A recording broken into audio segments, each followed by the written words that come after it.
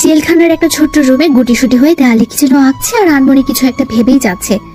আপনাদের এই গল্পের নায়ক রাসেল, কয়েদি নম্বর 420। আপনারা হয়তো ভাবছেন গল্পের প্রথমেই নায়ক জেলে কেন? তার উত্তরে আমি বলবো আপনারা একটু অপেক্ষা করুন, সবকিছুই জানতে পারবেন।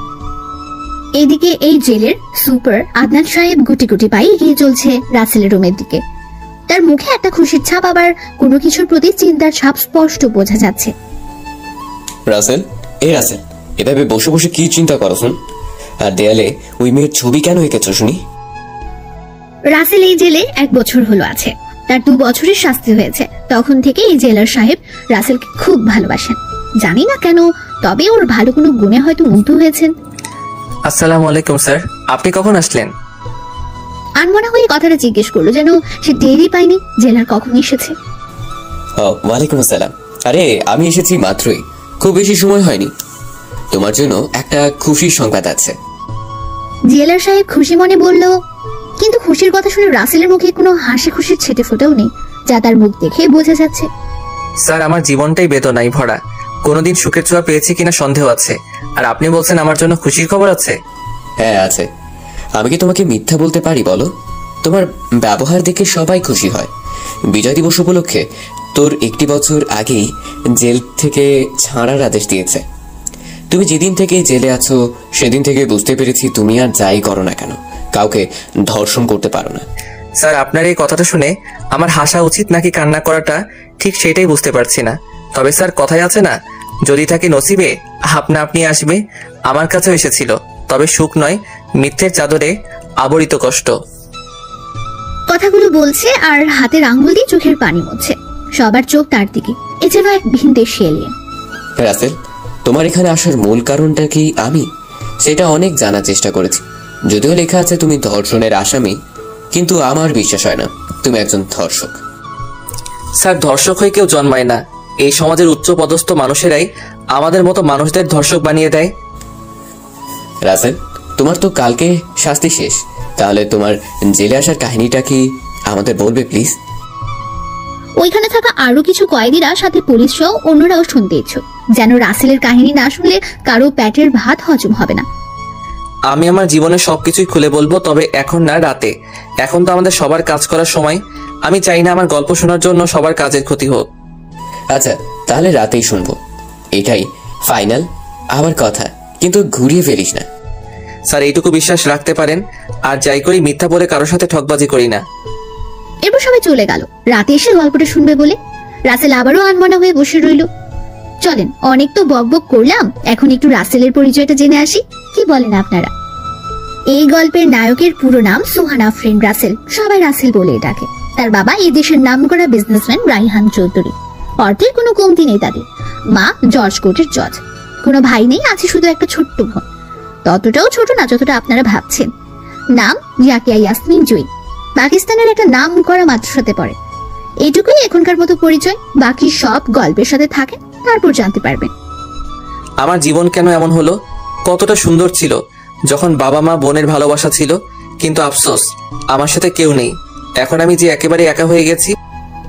এইসব কিছু ভাবছে তখনই পেছন থেকে এক কয়েদি 421 রফিক বলে উঠল, রাসেল, কি এত ভাবতেছ? চলো, কাজ করতে হবে, না হলে জেলা সাহেব সবাইকে বকা দিবে। ভাই চলেন, আমিও আপনাদের জন্য অপেক্ষা করতেছি। দুজন ধীরে ধীরে কাজের জায়গায় গিয়ে তাদের কাজ করতে লাগলো। কাজ করতে করতে সন্ধ্যা হয়ে গেল।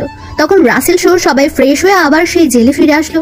কিছুক্ষণ পরে জেলা সাহেবের আদেশে রাসেলকে কিছু ভালো খাবার দিয়ে যাওয়া হলো। এটা তোমার খাবার, আর তাড়াতাড়ি খেয়ে নাও। খাবার ছিল আগের দিনের তুলনায় অনেকটাই ভালো, তাই রাসেলের একটু ভাবনা চলে আসলো, আজকে হঠাৎ ভালো খাবার কেন, তাও আবার বিরিয়ানি। তাই সে পুলিশকে জিজ্ঞেস করলো, স্যার, আজকে হঠাৎ আমার জন্য এত ভালো খাবার কেন? আপনাদের মনে হয় ভুল হচ্ছে, এই খাবারগুলো হয়তো অন্য কারো। অনেকটাই অবাক হয়ে কথাটা বলল। আরে না, ভুল করে কি হবে? আদনান স্যার তোমার জন্য ওই খাবার পাঠিয়েছে, বুঝেছো? এখন নাও, খেয়ে নাও। বলেই সেই পুলিশ চলে গেল। এইদিকে রাসেল আর কিছু চিন্তা না করে অনেকদিন পরে বিরিয়ানি পেয়েছে, লোক সামলাতে না পেরে খেয়ে নিল। এদিকে একজন পুলিশ রাফি আদনান সাহেবকে বলল, স্যার, রাত তো প্রায় হয়ে এসেছে, এখন চলেন কয়েদি 420 রাসেল থেকে ওর দর্শনের কাহিনী শুনে আসি। ও, ভালো কথা মনে করেছো, আমার তো সেই কথা মনেই ছিল না। চলো তাড়াতাড়ি যাই, আমার যে ওর কাহিনী শুনতে আর তর সইছে না। তারপর আদনান সাহেব সহ আরো কিছু লোক রাসেলের রুমের দিকে আসলো। রাসেল, তোমার কথা মতো আমরা সবাই কিন্তু রাতেই এসেছি, এখন আর মানা করলে শুনবো না। আরে স্যার, আপনারা এত কষ্ট করে আসলেন আর আমি বলবো না, এটা কি হয় বলেন? সেটা ঠিক বলেছো। এখন তাহলে বলতে শুরু করো, কোনো কিছু না ভেবেই। হ্যাঁ রাসেল, বলতে শুরু করো। আমার যে আর তোমার কাহিনী শোনার জন্য তর সইছে না। স্যার, আমার জীবনের কাহিনী শুনতে হলে আপনাদের অনেক সময় কষ্ট করে শুনতে হবে, কেননা গল্পটা প্রথম থেকেই বলতে হবে, না হলে কিছুই বুঝতে পারবেন না। আরে যতই সময় লাগুক আর কষ্ট হোক না কেন, আমরা তোমার গল্প প্রথম থেকে শুনবো, বলো। আচ্ছা তাহলে শোনেন। দিনটা ছিল 2019 সালের 20 ফেব্রুয়ারি, শনিবার। আমি ঘুমিয়ে আছি, আরামে চারিপাশে কি হচ্ছে না হচ্ছে সেই দিকে আমার কোনো খেয়াল নেই। এই ছেলেকে নিয়ে আমি একটু পারি না, কত করে বলি সকালে ঘুম থেকে ওঠার চেষ্টা কর, কিন্তু কে শুনে কার কথা। আজকে ওর কলেজে প্রথম দিন, তাও ঘুম থেকে উঠছে না, নবাব পড়ে পড়ে ঘুমাচ্ছে। এই রাসেল, ওঠ না, আর কত ঘুমাবি? আম্মু যাও তো, আর একটু ঘুমাতে দাও, মাত্র না ঘুমালাম। দেখছো ছেলের কথা, সারা রাত ঘুমানোর পর এখন বলতেছে মাত্র ঘুমিয়েছি। এই তুই ঘুমাবি? ঠিক আছে ঘুমা, ওইদিকে প্রথম দিনই কলেজ মিস কর, আমি গেলাম। বলেই মিস রেহানা বেগম মানে রাসেলের আম্মু দরজার কাছে যেতে নিল, অমনি কি, আজকে আমার কলেজের প্রথম দিন আর তুমি এখন ডাকতেছো? হ, এখন তো সব দোষ আমারই হবে, 2 বার ডেকে গেছি। এখন তাড়াতাড়ি ফ্রেশ হয়ে রেডি হয়ে নিচে আয়, তোর বাবা অপেক্ষা করছে। আম্মু তুমি যাও, আমি এই 2 মিনিটে ওয়াশরুমে যাচ্ছি, আর 5 মিনিটে তোমার কাছে আসতেছি। বলেই রাসেল দৌড়ে ওয়াশরুমে ঢুকে গেল। আর রেহানা বেগম হাসতে হাসতে পাগল ছেলে একটা বলে রাসেলের রুম থেকে নিচে চলে এলেন। তখন রাসেলের বাবা রাইহান চৌধুরী জিজ্ঞেস করলো, কই তোমার আদরের বাদর ছেলে? এই শোনো, আমার ছেলে নামে বাজে কথা বলবে না, বলে দিলাম। আমি তো মজা করে বলেছি, রাগ করো কেন? মজা করে বলো আর যেভাবেই বলো, আমার ছেলেকে নিয়ে বলবে না। আচ্ছা ঠিক আছে, এখন বলো, রাসেল কি ঘুম থেকে উঠেছে? তখনই সিঁড়ি দিয়ে নামতে নামতে কি ব্যাপার মিস্টার বাবা, আমাকে নিয়ে কি কথা হচ্ছে শুনি? এই তো এসে গেছে আমার সোনার চাঁদ। তা বাবা, এইভাবে ঘুমালে কি তোমার কলেজে যাওয়া হবে? বাবা, আমি কিচ্ছে করে ঘুম থেকে উঠিনি নাকি? আমি তো স্বপ্নে দেখতেছিলাম তুমি পাশের বাসার। আর কিছুই বলতে পারলো না রাসেল, কারণ ওর বাবা ওর মুখে হাত দিয়ে চেপে ধরেছে। এই আমাকে কি মার খাওয়াবি নাকি? তাহলে আমার সাথে লাগতে আসো কেন বাবা? জানো না আমার জজাম্মু আমার দলে? এই কি ফুসুর ফুসুর করছিস? আর তুই এসব কি পোশাক পরেছিস? যাক, এত সময় পর হলেও সবার চোখ রাসেলের পোশাকের উপর পড়লো। আসলে রাসেল খুবই সাধারণ পোশাক পরেছে। আরে আমি তো ওর পোশাক খেয়াল করিনি। তা বাবা, এই পোশাক কেন পরেছিস? আমার কি কাপড় কেনার টাকা নাই নাকি? বাবা সেটা না, আসলে আমি চাই না সবাই জানুক আমি ধনী ঘরের সন্তান। আমি চাই সাধারণভাবে চলে গরিবদের কষ্টটা বুঝতে। কিন্তু বাবা। আম্মু কোনো কিন্তু না। তখন কেউ আর কোনো কথা বললো না, কারণ সবাই জানে রাসেল বলেছে তো এটা কখনো পরিবর্তন করবে না। তারপর রাসেল সবার সাথে বসে নাস্তা করলো, কলেজে যাওয়ার জন্য বের হলো। এই রিক্সাওয়ালা মামা, এই রিক্সাওয়ালা মামা, এই কলেজে যাবে নাকি? হ মামা, জামু, উঠে বসেন। তারপর রাসেল রিক্সায় উঠে বসলো আর রিক্সা তার আপন গতিতে ছুটে চলে গেল কলেজের দিকে। কিছু সময় পরে কলেজে পৌঁছে গেল। রিক্সা থেকে নেমে 50 টাকা একটা নোট বের করে দিয়ে বলল, মামা এই নাও তোমার টাকা। মামা আমার কাছে তো ভাঙতি নেই। মামা তুমি রেখে দাও, আর কিছু কিনে খেও। মামা আপনার মতো মানুষ এখনো আছে?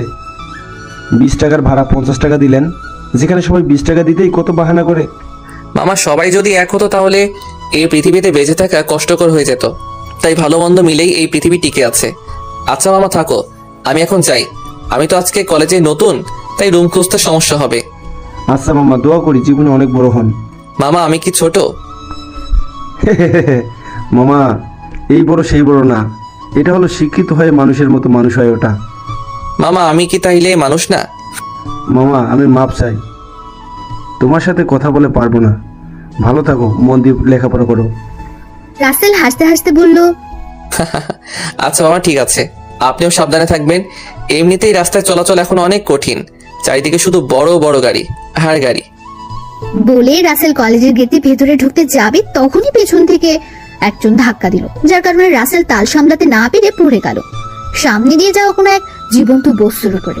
কিরে মামা, আজকাল মাটি এত নরম হলো কি করে? মনে হচ্ছে আমি কোনো এক তুলার বস্তার উপরে আছি। রাসেলের এইসবের থেকে ধ্যান ভাঙলো ঠাস ঠাস শব্দে। এটা কি হলো? আমাকে থাপ্পড় দিল কেডা? আসলে রাসেল একটা মেয়ের উপর পড়েছে, তাই তার কাছে মনে হচ্ছে সে কোনো তুলার বস্তার উপর পড়ে আছে। এই মেয়েটাই হলো আমাদের আজকের গল্পের নায়িকা নুসরাত ইমরোজ শিখা। বাবা মা আদর করে শিখা বলেই ডাকে। একেবারে বজ্জাতের হাড্ডি, ছেলেদের পোশাক পরে থাকতেই বেশি পছন্দ করে। সারা শরীর যেন অহংকার আর দেমাগে ভরা। এবার বিএসসি প্রথম সেমিস্টারে অ্যাডমিশন নিয়েছে ইলেকট্রিক্যাল অ্যান্ড ইলেকট্রনিক্স ডিপার্টমেন্টে। বাবা শরীফ চৌধুরী একজন নামকরা বিজনেসম্যান, আর শিখার মা একজন গৃহিণী।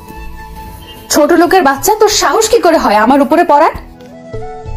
রাসেল চারদিকে খুঁজে, আসলে এ কথা বলছে কোথায় থেকে, কিন্তু সে বুঝতে পারছে না যে একটা মেয়ের উপর সে এইসব ভাবছে। যখন কথা শুনলো না, তখন শিখা আবার ঠাস ঠাস করে লাগিয়ে দেয় রাসেলের গালে। এবার ঘোরের অবসান ঘটেছে। এই ঘটনা বুঝতে পেরে তাড়াতাড়ি করে উঠে পড়লো। এই রে, আমি এত সময় এই তুলোর উপরে শুয়েছিলাম। কি রে খ্যাত, গুনে গুনে 4টা থাপ্পড় খেয়েও আমার কথার জবাব দিচ্ছিস না? আরো খেতে ইচ্ছে করছে নাকি? এত সুন্দরী মেয়ে নরম হাতে থাপ্পড় খেলে খারাপ লাগবে না? শিখার দিকে তাকিয়ে ঘোরের মাঝে বলে ফেললো, কি জানি বিড়বিড় করে বললি আবার? বল, আমি শুনতে পাইনি। না, কিছু বলিনি তো, শুধু বলেছি আপনি অনেক সুন্দর, একদম পরীর মতো। চুপ, তোর মতো ছোট লোকের মুখে আমার সৌন্দর্যের কথা শুনতে ভালো লাগে না। তুই আগে এটা বল, আমাকে ধাক্কা দিয়ে ফেলে দিয়ে উপরে পড়েছিলি কেন? আসলে আমি ইচ্ছে করে করিনি, কেউ পিছন থেকে আমাকে ধাক্কা দেওয়ার কারণে পড়ে গেছি আপনার উপরে, সরি। তোর সরের গুষ্টি কিলাই। তখন পিছন থেকে শেখার বান্ধবীরা নীলা, অনামিকা, সুমি, ইসরাত চলে আসলো। এই শিখা, ছেলেটা সরি তো বলছে, তাহলে এমন করছিস কেন? তোর আর পোশাক দেখেছিস? মনে হয় নর্দমা থেকে উঠে এসেছে। আমার পোশাকটাই নষ্ট করে দিছে। ছি, কি গন্ধ! তুই একাই গন্ধ পাচ্ছিস, আমরা তো পাচ্ছি না। তোদের মনে হয় ঠান্ডা লেগেছে, তার জন্য এমন বাজে গন্ধ পাচ্ছিস না। এই শিখা, বসে বসে তামসা না দেখে ওকে এমন শাস্তি দে যাতে ভবিষ্যতে আর কোনো মেয়ের ওপরে পড়ার সাহস না করে। এই কথা শুনে রাসেল তো ভয়ে চুপসে গেছে। এরা এমন কেন? এই দুইটা মেয়ে কত ভালো, আমাকে ছেড়ে দিতে বললো, আর এরা কি ভয়ঙ্কর রে বাবারে, আমাকে কি করে আল্লাহ ভালো জানে। কি রে ছোট লোকের বাচ্চা, কি ভাবস? তাড়াতাড়ি কানে ধরে 20 বার উদ্বস কর। দেখেন, আমি তো সরি বলেছি, তাও এমন কেন করতেছেন? আজকে আমার কলেজের প্রথম দিন। কি, তুই প্রথম আর সিনিয়রদের সাথে এমন ব্যবহার করেছিস? দাঁড়া, স্যারকে বলে তোকে টিসি দিতে বলতেছি। না, এটা করবেন না, আমি গরিব, আমার বাবা মায়ের অনেক স্বপ্ন আমাকে নিয়ে, প্লিজ এমনটা করবেন না। দেখ শিখা, ছেলেটার সাথে এমন করিস না, ওকে দেখে কিন্তু গরিব বলেই মনে হচ্ছে। তোর দেখি এই ক্ষেতটার জন্য দরদ উতলায় পড়তেছে। ওর পরিবর্তে তুই তাহলে কানে ধর। দেখ, তোদের সাথে কথা বলাটাই ভুল। তোরা থাক, আমি গেলাম। আমাকে যেতে দিন প্লিজ। বাবু যাবা তো, আগে কানে ধরো না, না হলে স্যারের কাছে গেলাম। আচ্ছা, এটা বাদ দিয়ে আরেকটা শাস্তি দিলে হয় না? আর একটা শাস্তি? কি করা যায়, কি করা যায়, এই তো পাইছি। আচ্ছা, তুই এখন গিয়ে আমাদের সামনে একটা মেয়েকে লিপ কিস করে দেখাবি। এটা শুনে তো রাসেলের কলিজা শুকিয়ে গেল। যে ছেলে মেয়েদের থেকে গুনে গুনে 100 হাত দূরে থাকে, আর আছে নাকি কোনো মেয়েকে কিস করবে, তাও সবার সামনে। কি বলছেন এসব? তাহলে আগেরটা কর, এটা বাদ দিয়ে। না, আমি এটাই করব। কাকে করতে হবে বলেন? তোর ইচ্ছা মতো যে কোনো মেয়েকে কিস করবি, ব্যাস, lip to lip kiss. Rasel অনেক সময় ভেবে কাউকে তার মনের মতো না পেয়ে শিখাকে ঝাপটে ধরে কিস করলো। যা দেখে ওইখানে থেকে সবার চোখ কপালে উঠে আসার মতো অবস্থা হয়ে গেছে। যে মেয়ের হাত পর্যন্ত ধরার সাহস করে না, আর এই ছেলে শিখাকে কিস করেছে। শিখার তো চোখ ছানা বড় হয়ে গেছে, রাসেলকে ছাড়াতেও পারছে না। 5 মিনিট পরে ছেড়ে দিয়ে একটা দৌড়ে রুম খুঁজে রুমে চলে আসলো। ওই কুত্তা, কই যাস? দাঁড়া, তোর সাহস কি করে হয় আমাকে কিস করার? শালা, তোকে আমি দেখে নিব। বলে রাগে গজগজ করতে করতে চলে গেল ক্লাসের দিকে। এদিকে রাসেল ক্লাসে এসে বসে পড়লো আর ভাবতে থাকলো তার সাথে আবার কি করবে এই মেয়েটা। এসব ভাবতে ভাবতে হঠাৎ রাসেলের চোখ যায় দরজার দিকে, আর দেখতে পাই শিখাদের। যেখানে বাঘের বয়স সেখানে সন্ধ্যা হয়, গুরুজনেরা ঠিকই বলেছে। আর কি মেয়ে রে বাবা, আমার সাথে পড়ে, আর আমাকে বলে কিনা সে আমার সিনিয়র।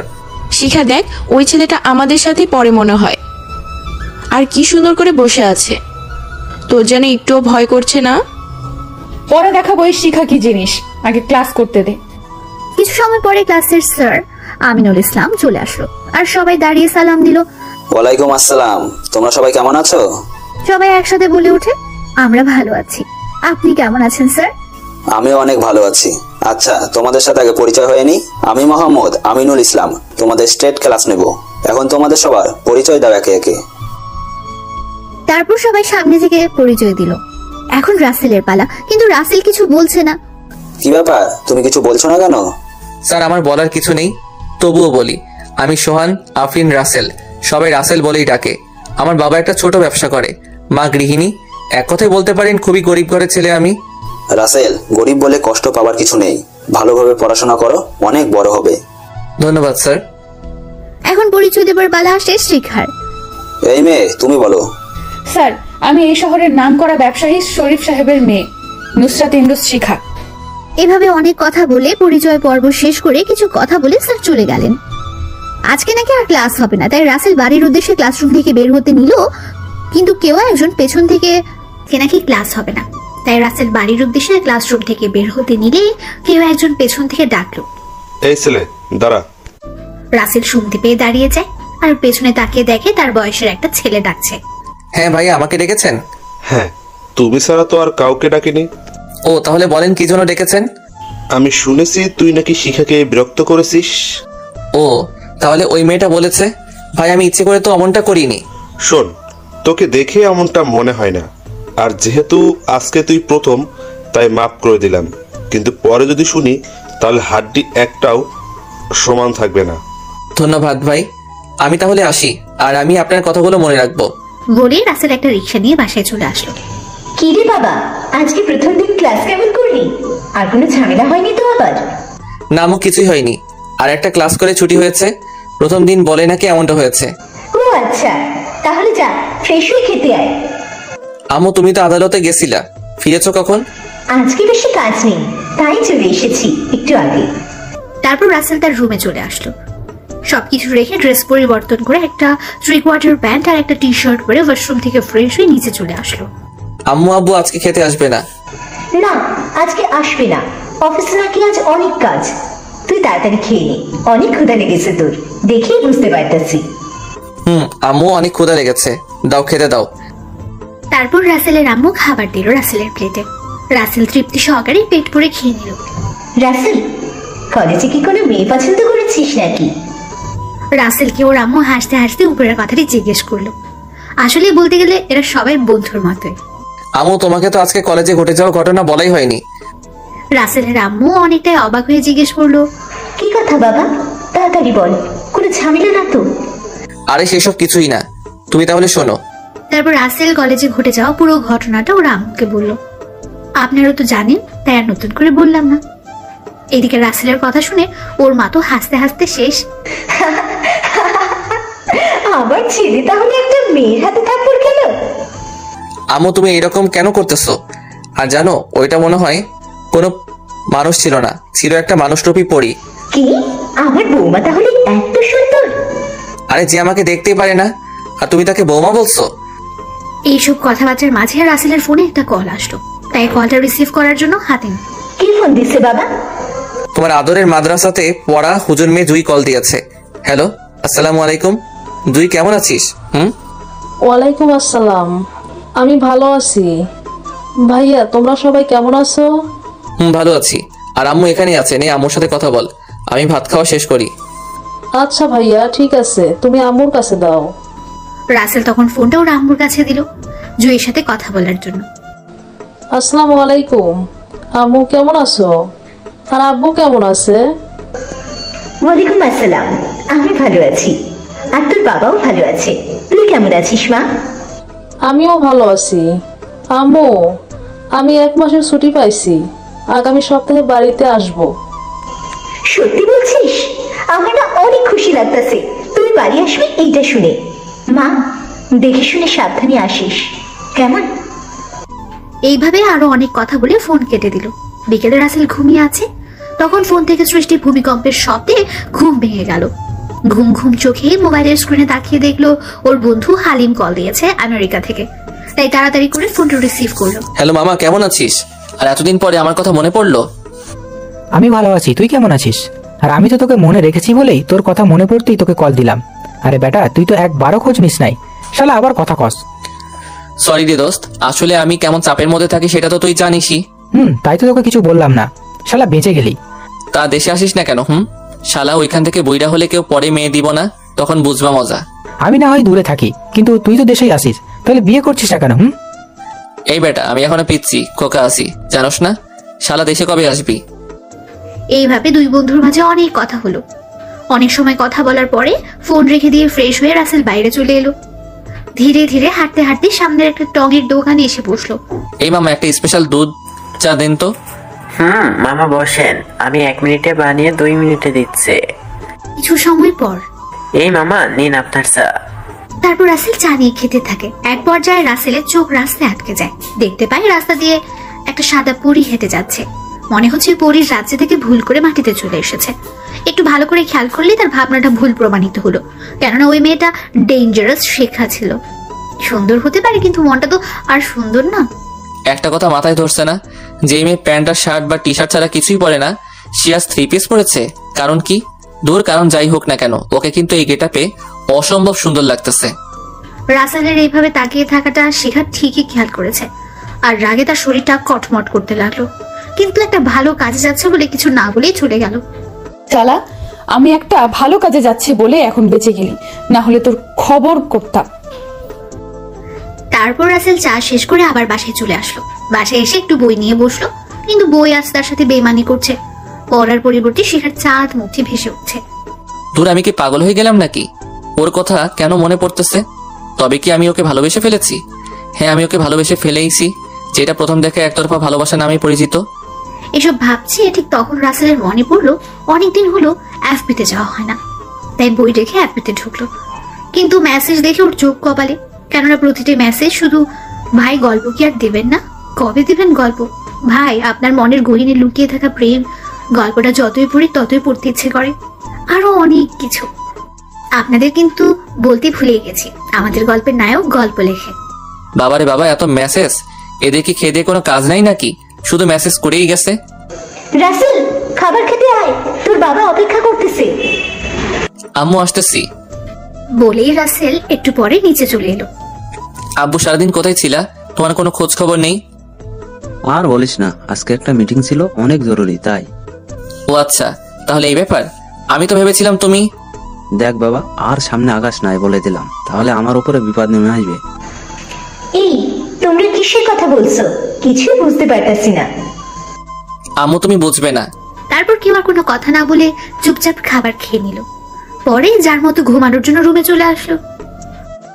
রাসেল বিছানায় শরীরটা এলিয়ে দিতে ওর 2 চোখ ভরে ঘুম চলে আসলো। সকালে ফজরের আজানের শব্দে ঘুম ভেঙে গেল। তখন ঘুম থেকে উঠে নামাজ পড়তে মসজিদে চলে গেল। নামাজ পড়ে একটু হেঁটে আবার বাসায় চলে আসলো। এসে নাস্তা করে কলেজের উদ্দেশ্যে বের হয়ে গেল। কলেজে এসে একটা গাছের নিচে এসে বসলো। ওর কোনো বন্ধু না হয়, একাই থাকতে হয়, আর কে বা ওর বন্ধু হবে? ও তো একটা খ্যাত। এই দুনিয়ার টাকা পয়সা স্টাইলিশ হওয়াটাই কি আসল? গরিব মানুষ কি মানুষ না? তাদের রক্ত আর ধনীদের রক্ত তো একই। তাহলে এই অট্টালিকায় থাকা মানুষগুলা সেটা কেন মানতে চায় না? মনে মনে এসব নীরবে ভাবছিল রাসেল। ঠিক তখনই কিছুটা দূর থেকে শিখা ওকে ডেকে চলেছে, কিন্তু সেই দিকে ওর কোনো খেয়ালই নেই।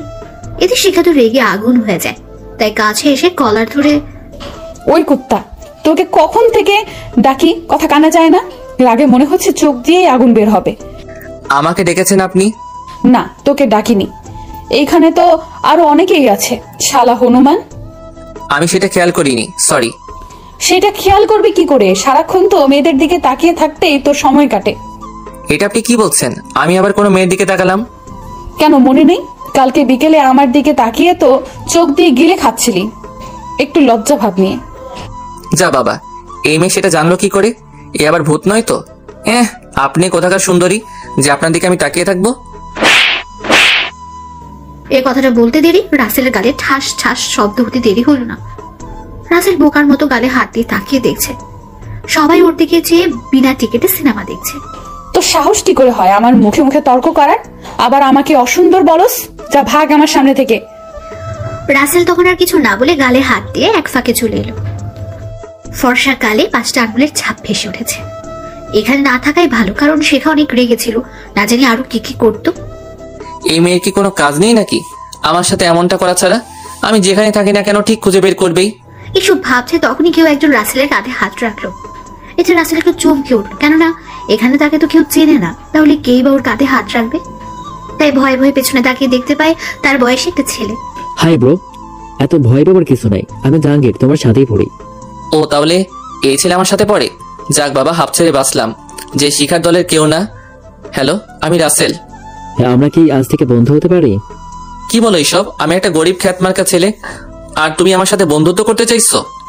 দেখো ভাই, বন্ধুত্ব ধনী গরিব বিচার করে হয় না, আর আমিও তো গরিব, আর আমার কোনো বন্ধু নেই। তুমি যদি না হও তাহলে বন্ধুহীন হয়েই থাকতে হবে মন খারাপ করে। রাসেল একটু ভেবে দেখলো যে জাহাঙ্গীর ঠিক কথাই বলেছে, তাই সে ঠিক করে বন্ধু বানাবে। আরে ভাই, মজা করলাম, রাগ করো কেন? আমরা আজ থেকে বন্ধু, ঠিক আছে? এবার ঠিক আছে, অনেক খুশি হয়ে। রাসেল আর জাহাঙ্গীর জমিয়ে আড্ডা দিচ্ছে, তখনই পেছন থেকে শিখা বলে উঠলো, কি রে খ্যাত, ভালোই তো বন্ধু বানাইছিস, তাও তোর মতোই খ্যাত।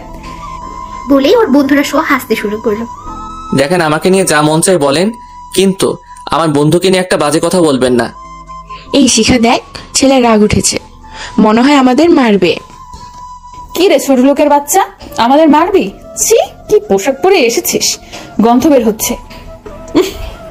এই শিখা, চল তো, ও তো তোর কোনো ক্ষতি করেনি, তাহলে ওর পিছনে কেন লেগেছিস? আরে ওকে থাপ্পড় না দিলে আর অপমান না করলে আমার পেটের ভাত হজম হয় না। আপনারা থাকেন, আমরা যাই।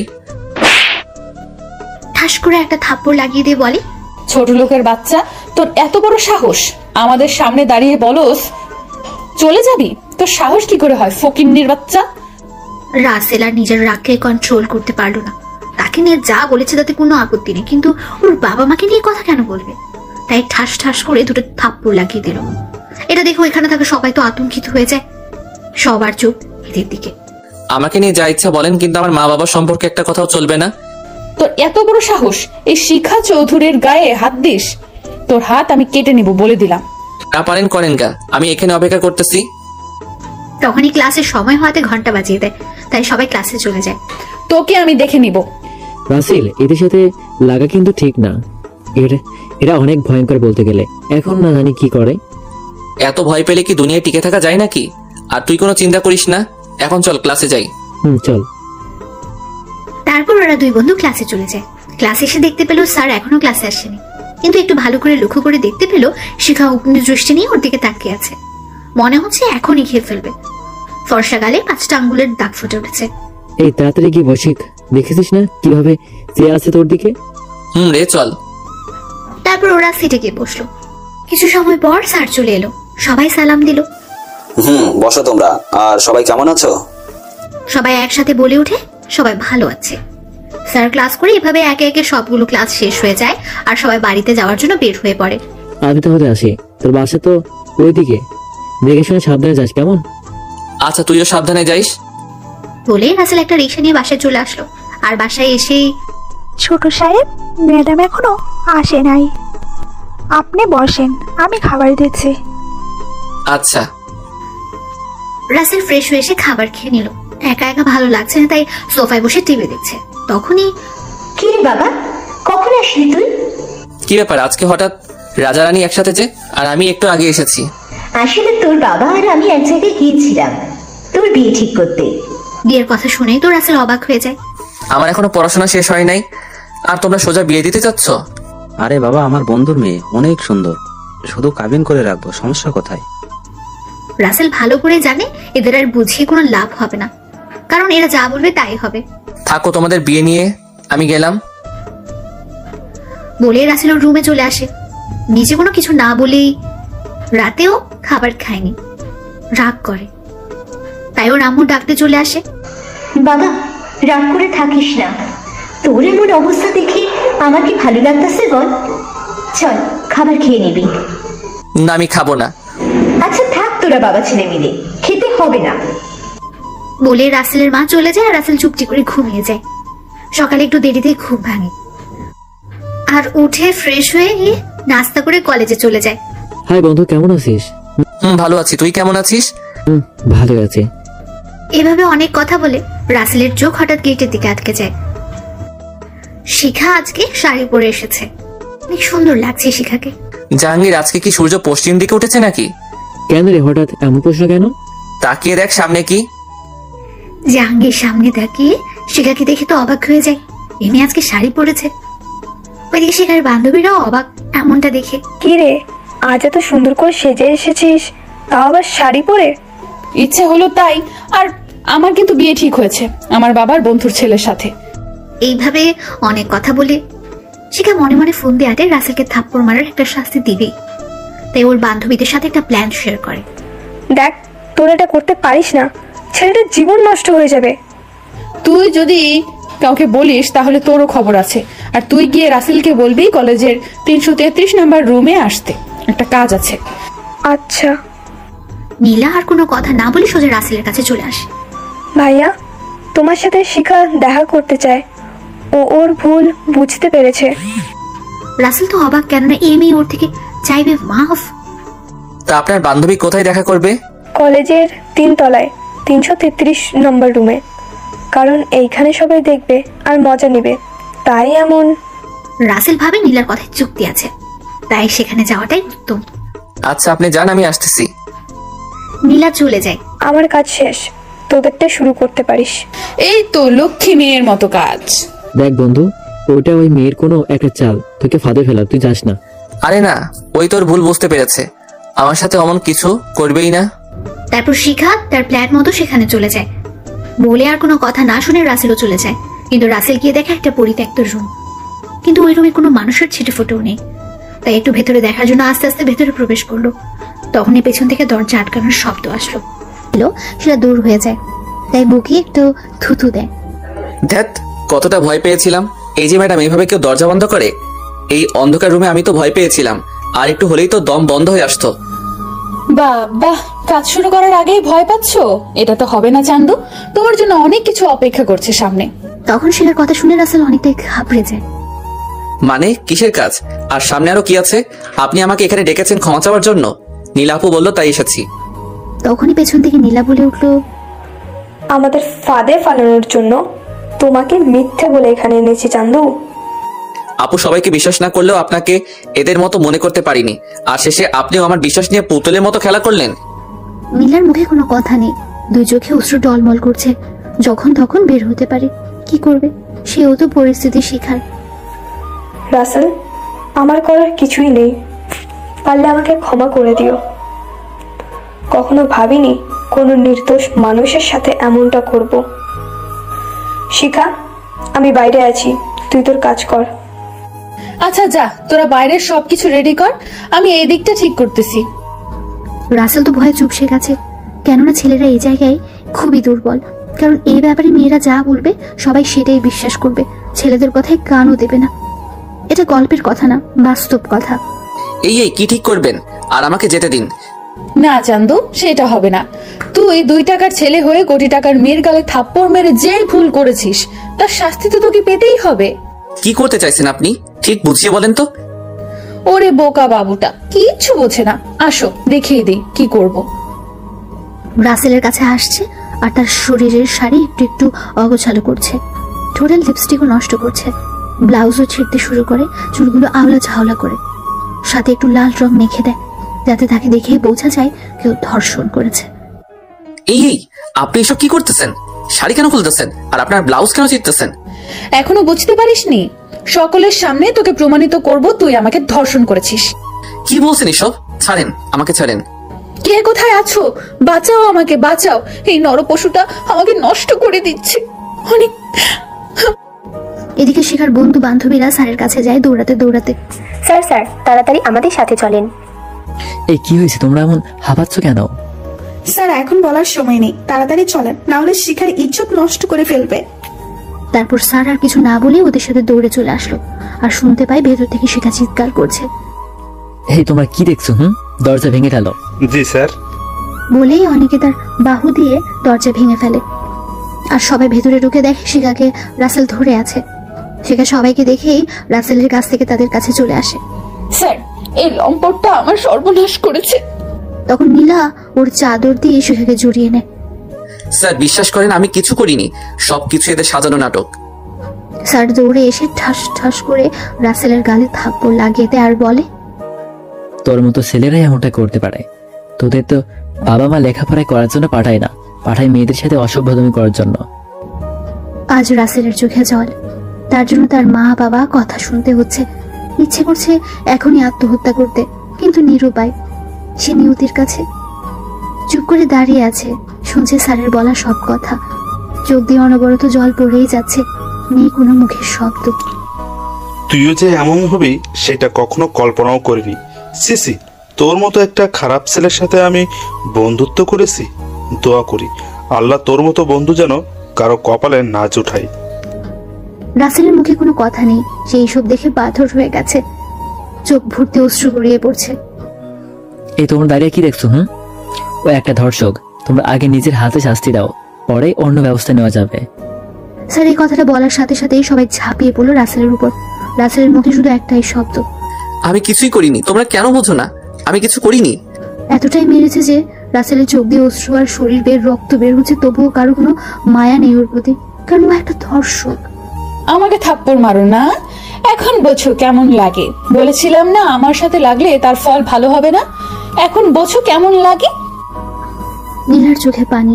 সে কিছুই বলতে পারছে না, শুধু চেয়ে দেখছে আর ভাবছে, আজ আমি যদি মিথ্যে বলে এখানে না আনতাম তাহলে ওর এত কষ্ট হতো না। রাসেল, আমাকে ক্ষমা করে দিও। রাসেল অতিরিক্ত মার সহ্য করতে না পেরে একসময় অজ্ঞান হয়ে যায়, কিন্তু সেদিকে কারো খেয়াল নেই, মেরেই যাচ্ছে সবাই। তখন স্যার লক্ষ্য করলো, এই তোমরা থামো, রাসেল তো নড়াচড়া করছে না, কিছু হয়ে গেল না তো আবার? এই কথা শুনে সবাই মারা বন্ধ করলো। শিখার তো ভয়ে কলেজে শুকিয়ে গেছে, যদি কিছু হয়ে যায়।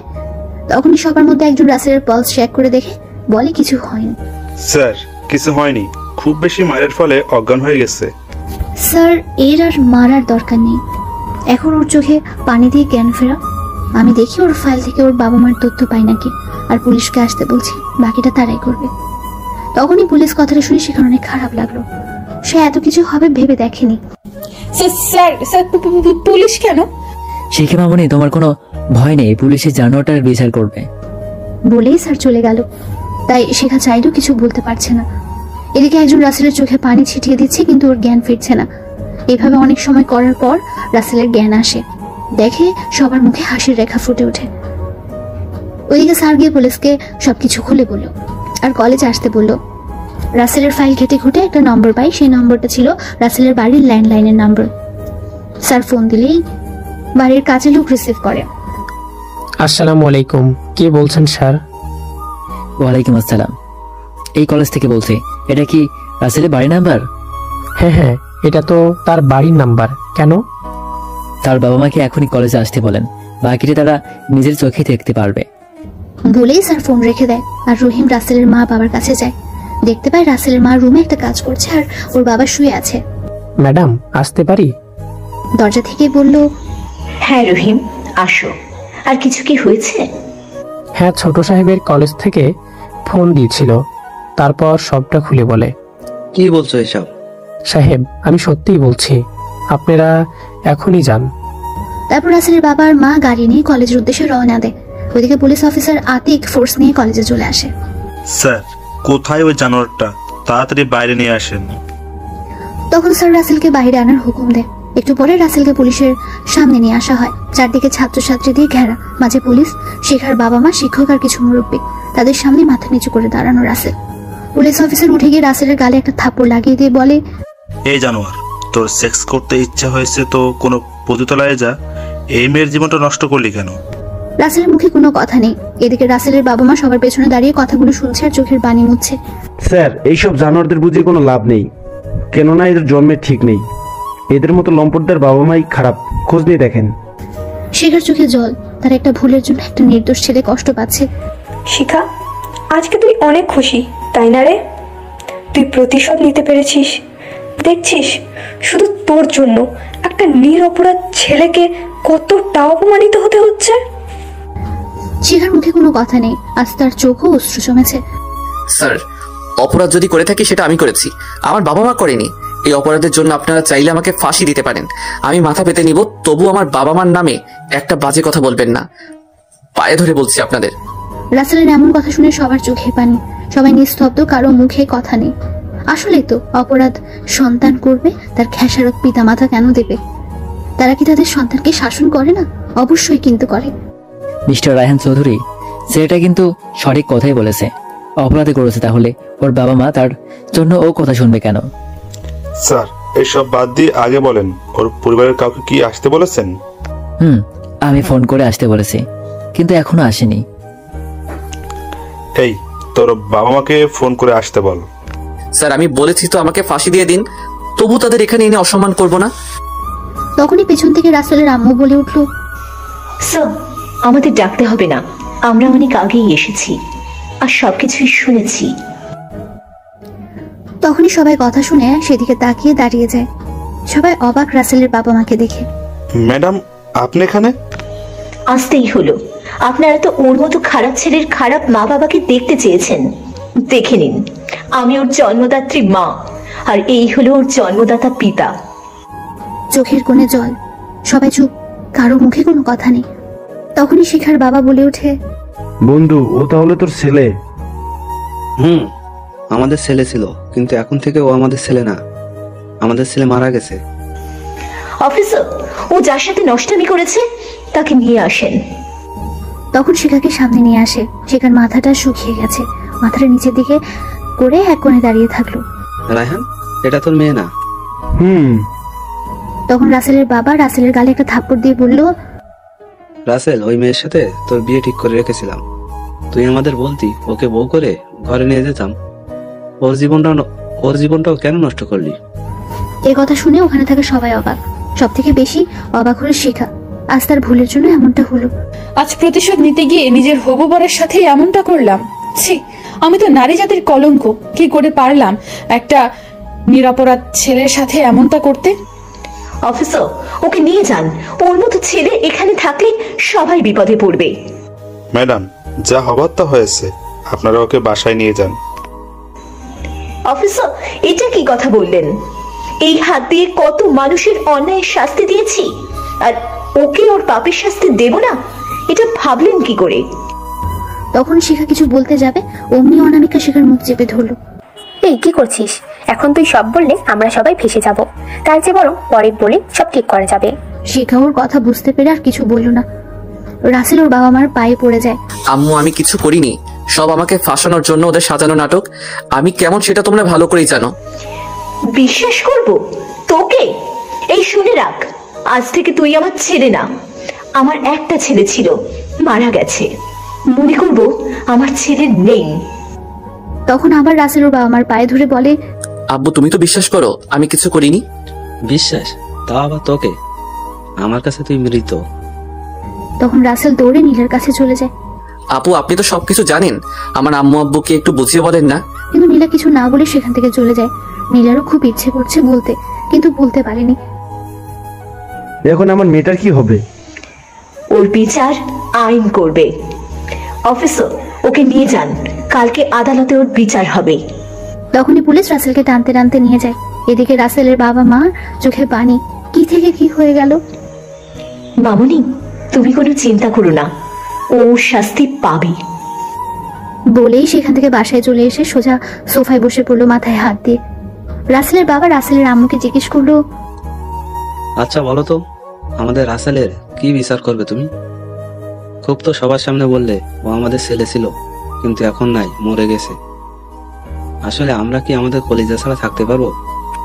এই কথাটা শুনে রাসেলের আম্মু বলল, শুধু কি আমি একাই বলেছি?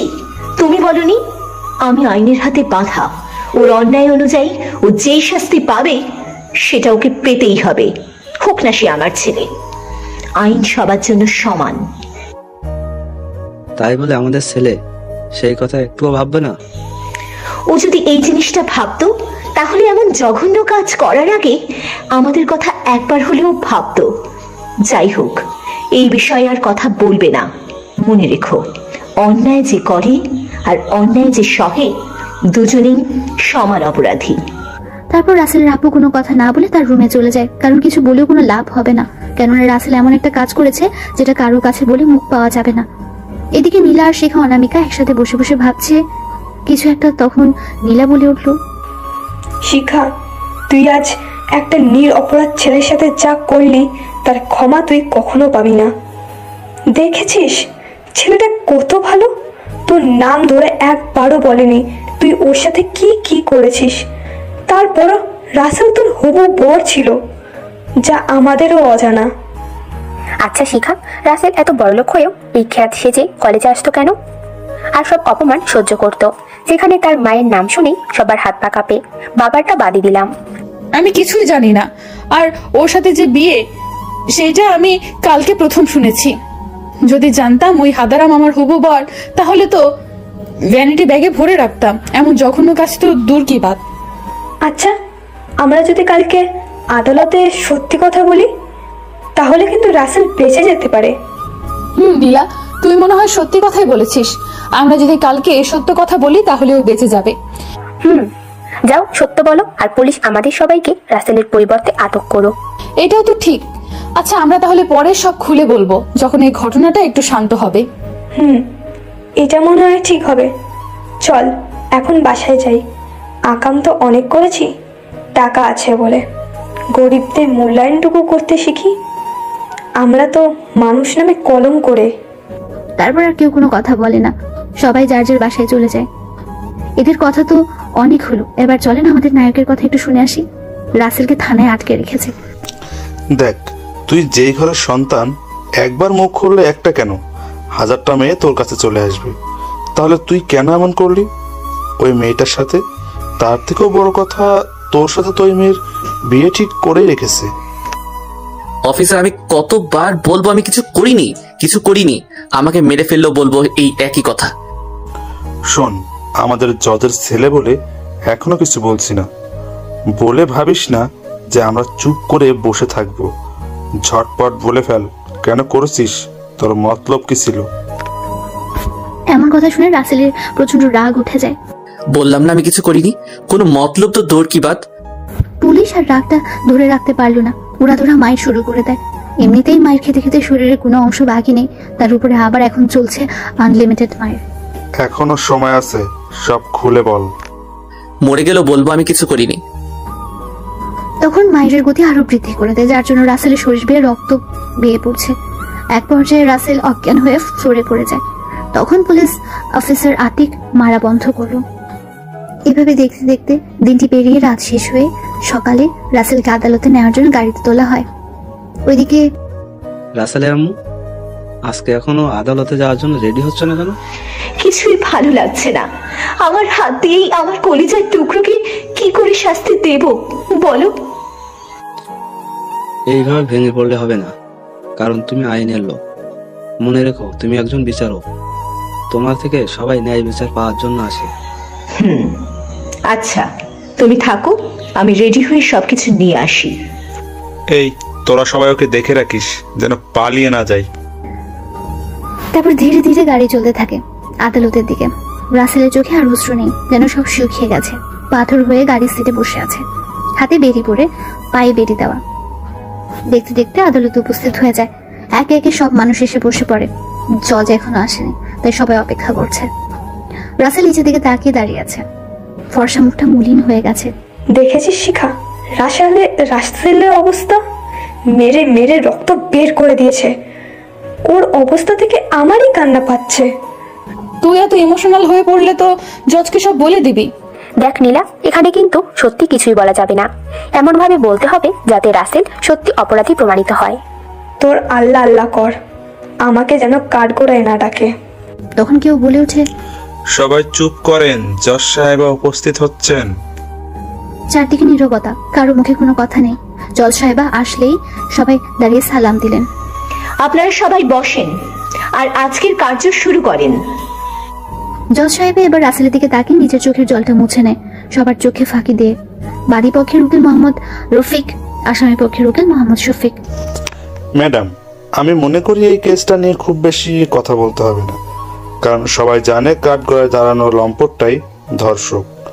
তবুও আমি আসামির মুখে কিছু শুনতে চাই, যদি আপনি অনুমতি দেন তো। Mister Rafiq, permission granted. ধন্যবাদ ম্যাডাম। এই ছেলে, বল ওই বাচ্চা মেয়ের সাথে এমন জঘন্য কাজ কেন করেছিস? রাসেল তখন আর চোখে ওর আম্মুর দিকে তাকিয়ে আবার চোখ নিচের দিকে দিয়ে বলল, আমি আগেও বলেছি কিছু করিনি, এখনো বলছি কিছু করিনি। আচ্ছা, মানলাম তুই কিছু করিসনি, তাহলে ঘটনাস্থানে তোকে হাতে নাতে ধরলো কিভাবে?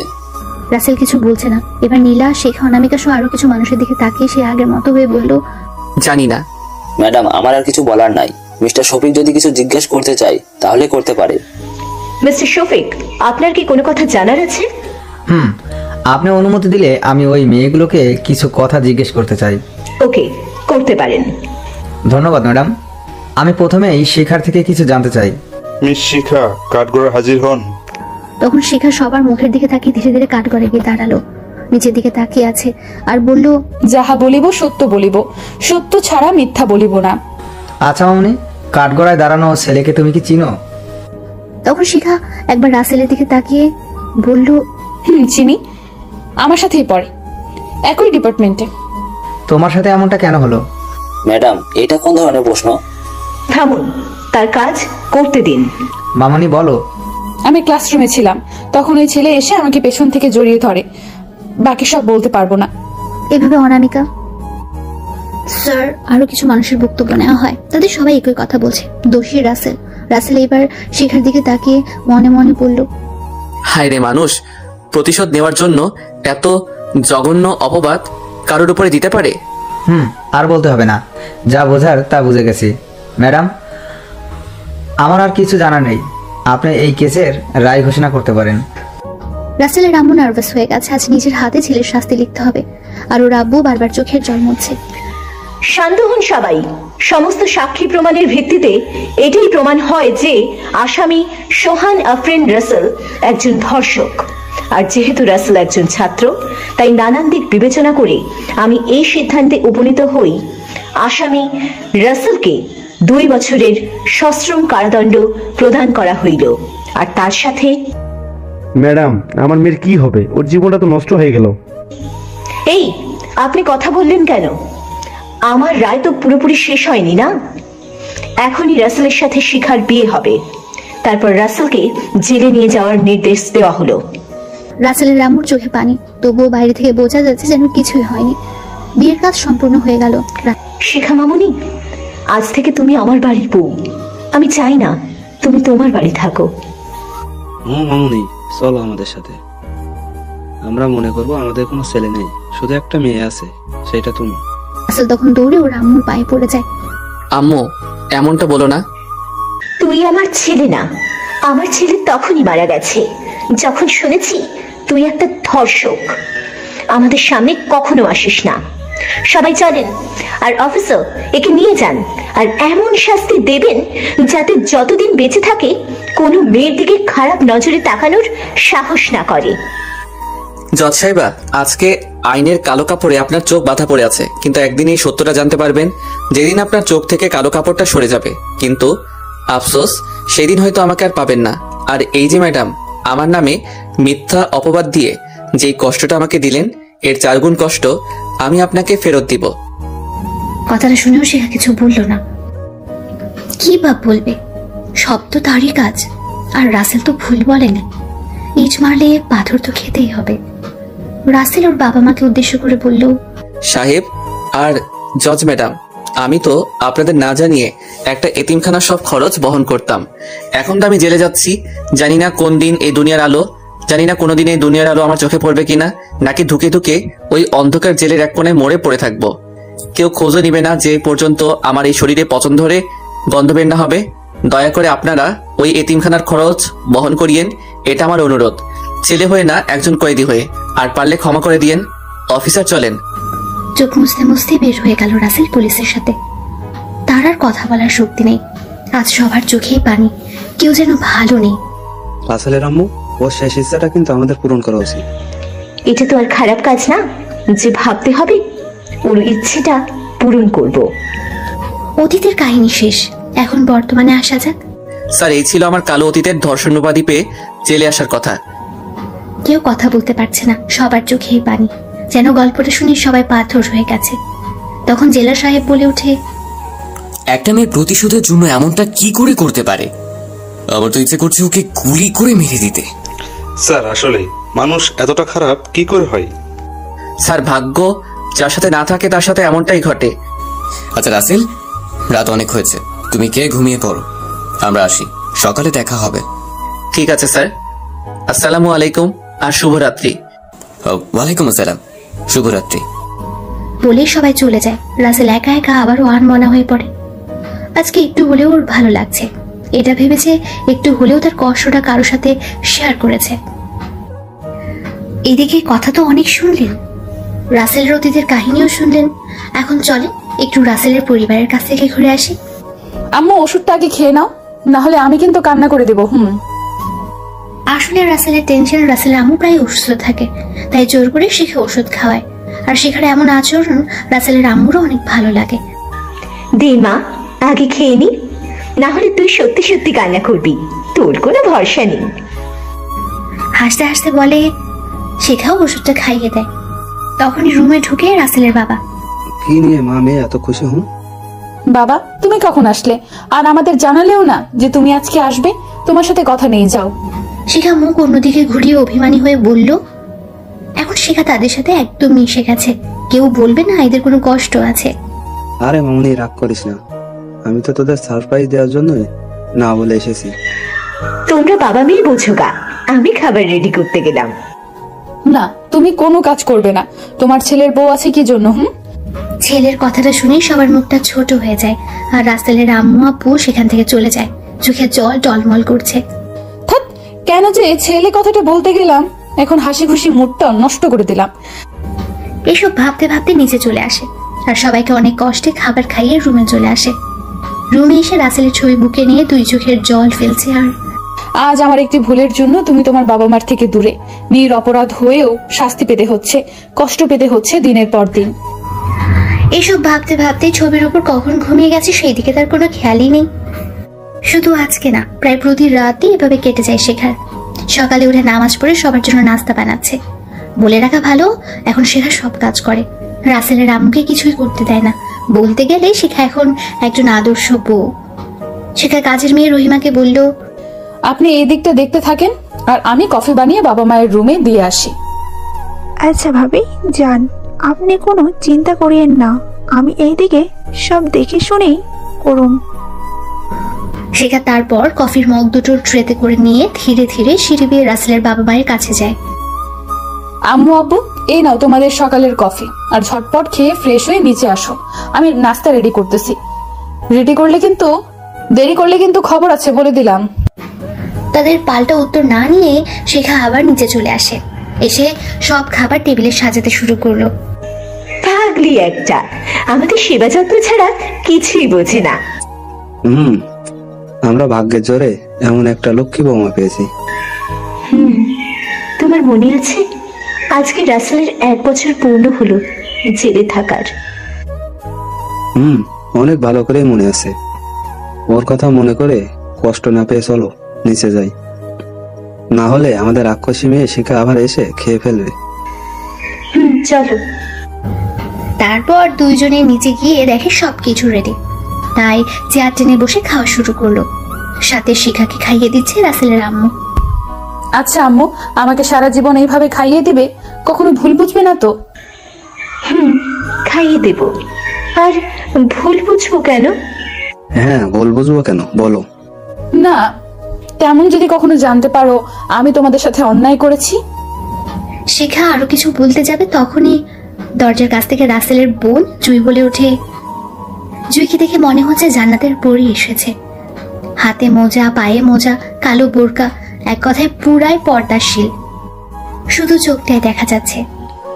আসসালামু আলাইকুম আম্মু। আব্বু কেমন আছো তোমরা সবাই? সবাই অবাক জুইকে দেখে, কেননা কেউ ভাবতেই পারছে না জুই এসেছে। ওয়ালাইকুম আসসালাম। মামুনি, তুমি এলে অথচ আমাদের জানালে না কেন? হ্যাঁ, আমাদের জানালে না কেন? আমি তোমাদের সারপ্রাইজ দিতে চেয়েছি, তাই কিছু বলিনি। এভাবে বাইরে দাঁড় করিয়ে রাখবে? আয় ভেতরে আয়। আম্মু, আমি ভাইয়ার সাথে কিন্তু একটুও কথা বলবো না। 1 বছর হলো আমার সাথে কথা বলে না, ফোন দিলে বলে সুইচ অফ, তোমাদের বললে বলো কাজে ব্যস্ত। আমার থেকে কি ভাইয়ার কাজটাই বড়? রাসেলের কথা শুনে সকলের মুখটা শুকিয়ে যায়। এতদিন নানান বাহানা দিয়েছে, কিন্তু এখন কি বলবে? তোমাদের সকলের মুখ বাংলার পাশের মতো হলো কেন? বলো ভাইয়া কোথায়? মামুনি, তুমি অনেক দূর থেকে এসেছো, আগে রেস্ট নাও। তারপর না হয় সবকিছু শুনবে। তুমি অনেক ক্লান্ত। হ্যাঁ, তুমি আগে ফ্রেশ হয়ে খাবার খেয়ে রেস্ট নাও। ভাবি তুমি তো বলো ভাইয়া কোথায়? ওর সাথে আমার বোঝাপড়া আছে, কেন আমার সাথে কথা বলে না? জুয়ের এমন আচরণ দেখে সবাই বুঝতে পারলো এই মেয়েকে সবকিছু খুলে না বললে উপায় নেই, এখন আর লুকাতে পারবে না, তাই সিদ্ধান্ত নিল সব খুলে বলবে। মামুনি, আসলে রাসেল আমাদের সাথে থাকে না, 1 বছর হলো। এই কথা শুনে তো জুই অনেকটাই অবাক হলো। কেন, ভাইয়া আবার কোথায় থাকে? আসলে তোমার ভাই এমন একটা কাজ করেছে যা তুমি কষ্ট পাবে বলে এতদিন তোমাকে বলিনি, কিন্তু আজ আর না বলে পারছি না। তারপর শুরু থেকে সবটাই খুলে বলল। আপনারা তো জানেন, তাই আর নতুন করে বলে আপনাদের মূল্যবান সময় নষ্ট করতে পারলাম না। এইসব শুনে তো জুই কান্না করে দেয়, কারণ সব থেকে বেশি ভালোবাসতো রাসেল তাকে। আমার ভাইয়া এমনটা কখনোই করতে পারে না, তোমরা বিশ্বাস করলে কিভাবে? দেখো মামুনি, আমরা সবকিছু জেনেছি। রাসেল এমনটাই করেছে তোর ভাবির সাথে। শিখার মুখে হাসি নেই, সেও কান্না করছে, চোখের জল গাল বেয়ে বেয়ে পড়ছে। শিখারও আর সবার কষ্ট সহ্য হয় না, তাই সে সিদ্ধান্ত নিল যা হবার হবে, সে সবকিছু খুলে বলবে। আব্বু আম্মু, আমি তোমাদের কিছু বলতে চাই, যদি তোমরা কথাটা শোনার পরে আমাকে ভুল না বোঝো তো। আমরা কি মনে করবো? পাগলি মেয়ে একটা, বল কি বলতে অনুমতি চাইছিলে আমাদের থেকে? আমি বলতে চাই। যখনই শিখা কিছু বলতে যাবে তখন দরজার ওপাশ থেকে শিখার বাবা বলে ওঠে, কি খবর বন্ধু, কেমন আছিস? আমাদের কথা একেবারে ভুলে গেছিস তাই না? আমরা ভালো আছি, তোরা ভালো আছিস তো? আর তোদের কি ভোলা যায়? আমরা ভালো আছি বিআই সাহেব, ভুলে না গেলে আমাদের বাসায় অবশ্যই আসতেন। শিখা ওর বাবা মাকে দেখে দৌড়ে তাদের গিয়ে জড়িয়ে ধরলো আর বলতে লাগলো, আব্বু আম্মু তোমরা কেমন আছো? আর এতদিন পরে আমার কথা মনে পড়লো। মনটা একটু ছোট করে বলল, মামুনি, তোকে তো সবসময় মনে করি, কিন্তু আসার সময় হয় না।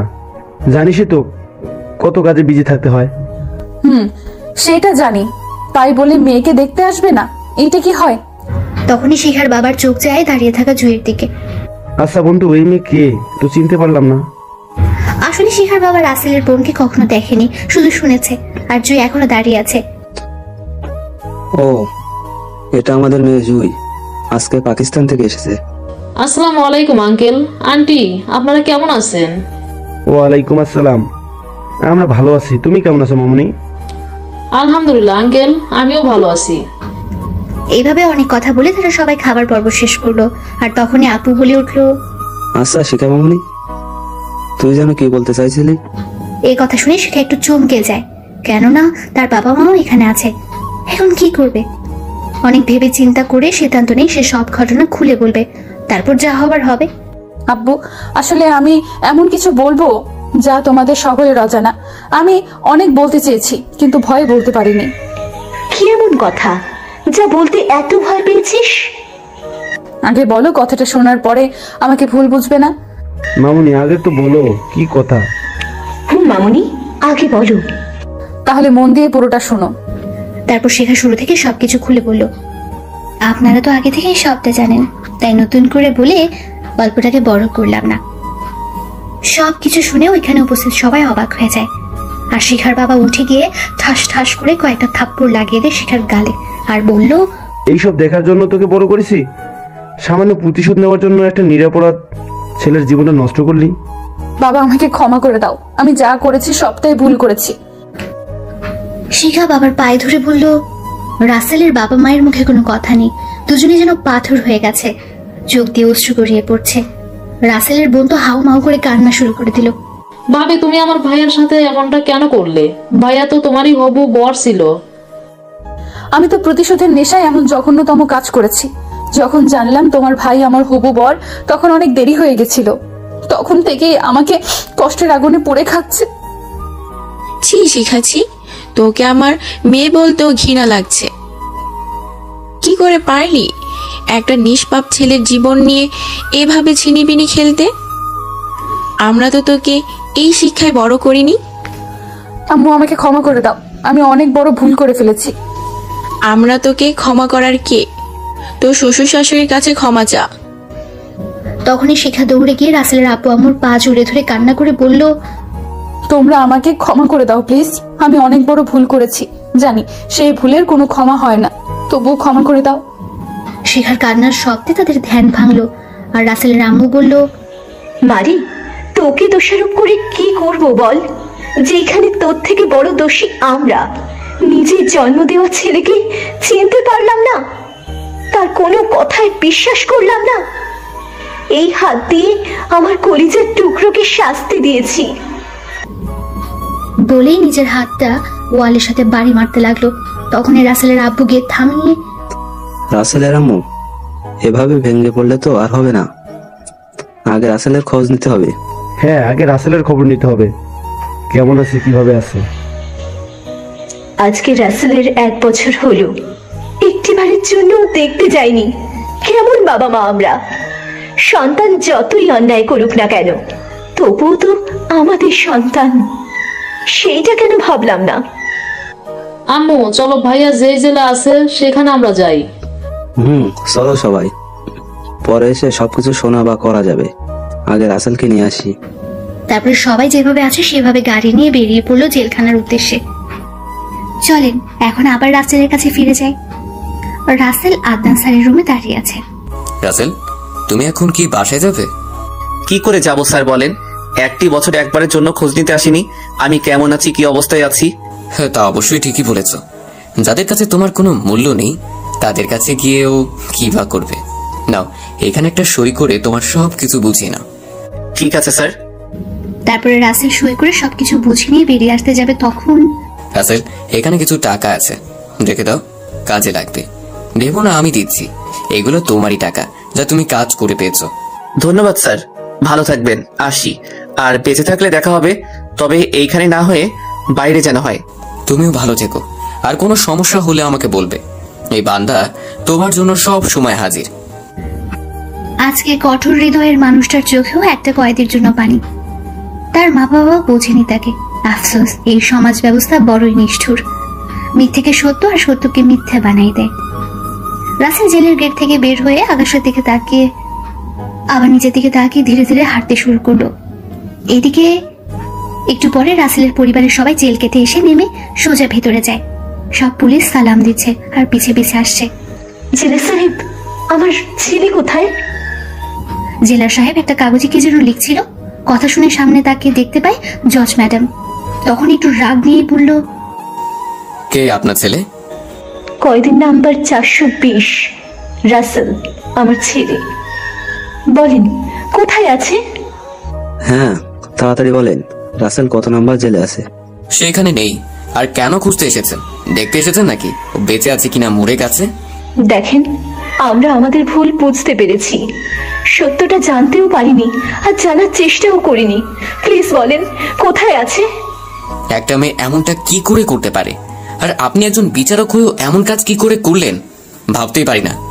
আমরা ভুল বুঝতে পেরেছি, দয়া করে বলেন না প্লিজ, কোথায় আছে আমাদের ছেলে? স্যার বলেন না আমার স্বামী কোথায় আছে। স্বামীর কথা শুনেই আদনান সাহেবের রাগ উঠে যায়।